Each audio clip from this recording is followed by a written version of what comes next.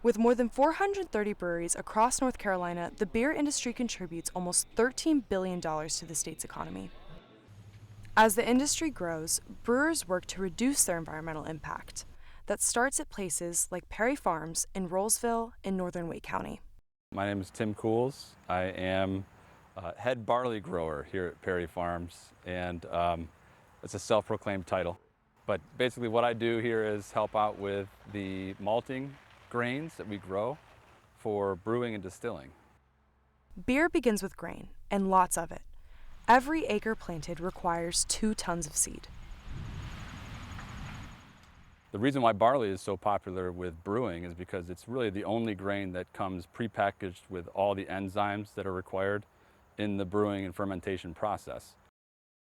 In early fall, Cools planted 52 acres of winter barley in seasonal rotation with tobacco and soybeans. In May, he'll harvest the barley and sell it to a local malt house. There, the barley will germinate before the malt house cleans the grain and ships it to regional breweries. And so the tie for us to the brewery is that malt house concept. And recently there's 3 North Carolina craft malt houses that have opened, and that's really bridged the gap between farm to brewery. Partnering with the malt house like Epiphany Craft Malt, they've given us access to not only the brewing industry, but also education about what's important for malting grains. Here we can look and we can touch and feel and participate in the process in a great way, which is really exciting for us in this emerging North Carolina craft beer economy that we're growing together. Some of Cools barley ends up at Bull City Burger and Brewery in Durham. At 6 in the morning, brewers pull 50-pound sacks of malted barley to begin the process. My name is Luke Studer. I am the head brewer at Bull City Burger and Brewery, and I'm in charge of beer production. We start the brew day with milling the grain. We're cracking open that barley kernel to expose starches. It runs through our auger system and drops into the mash tun. The mash tun is where we mix the cracked grain and hot water. Enzymes break down starches in the grain to convert sugars into alcohol. Later, barley husks settle on the floor of the stainless steel tank. That's what brewers call spent grain, meaning the grain's of no further use to the brewery. But the spent grain does have a market. Farmers are always looking for spent grain. Breweries are always looking for an easy way to get rid of spent grain. Find a local farmer and make a partnership with them. It works out great for both parties involved. That's where Watt Parker, farmer and president of the Durham Cattlemen's Association, comes in. He's driven 26 miles from his farm in northern Orange County to get spent grain for his cows. Parker's been picking up the grain for the last 4 years.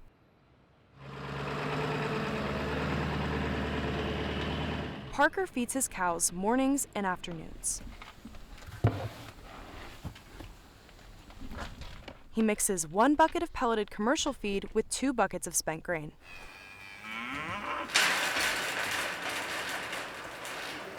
From week to week, we'll run out, and when we feed them just the dry pellets, they kind of turn their nose up at it. They're like, I miss my beer, miss my spent grain, you know. So they really like it, and the wet factor of it is a lot better than just the dusty pellets. So they really like the spent grain. They really do.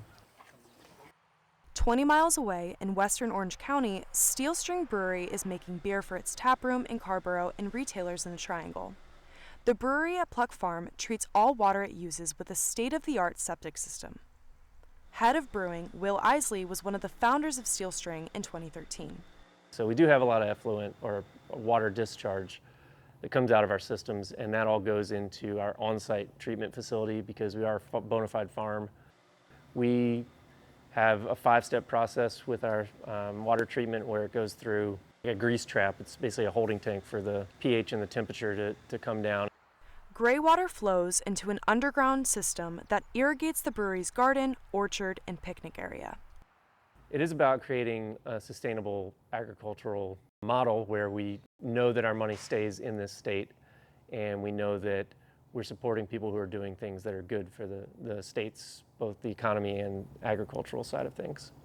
We want to make sure that what we're putting into the ground and what we are contributing to the waterway is as clean as possible.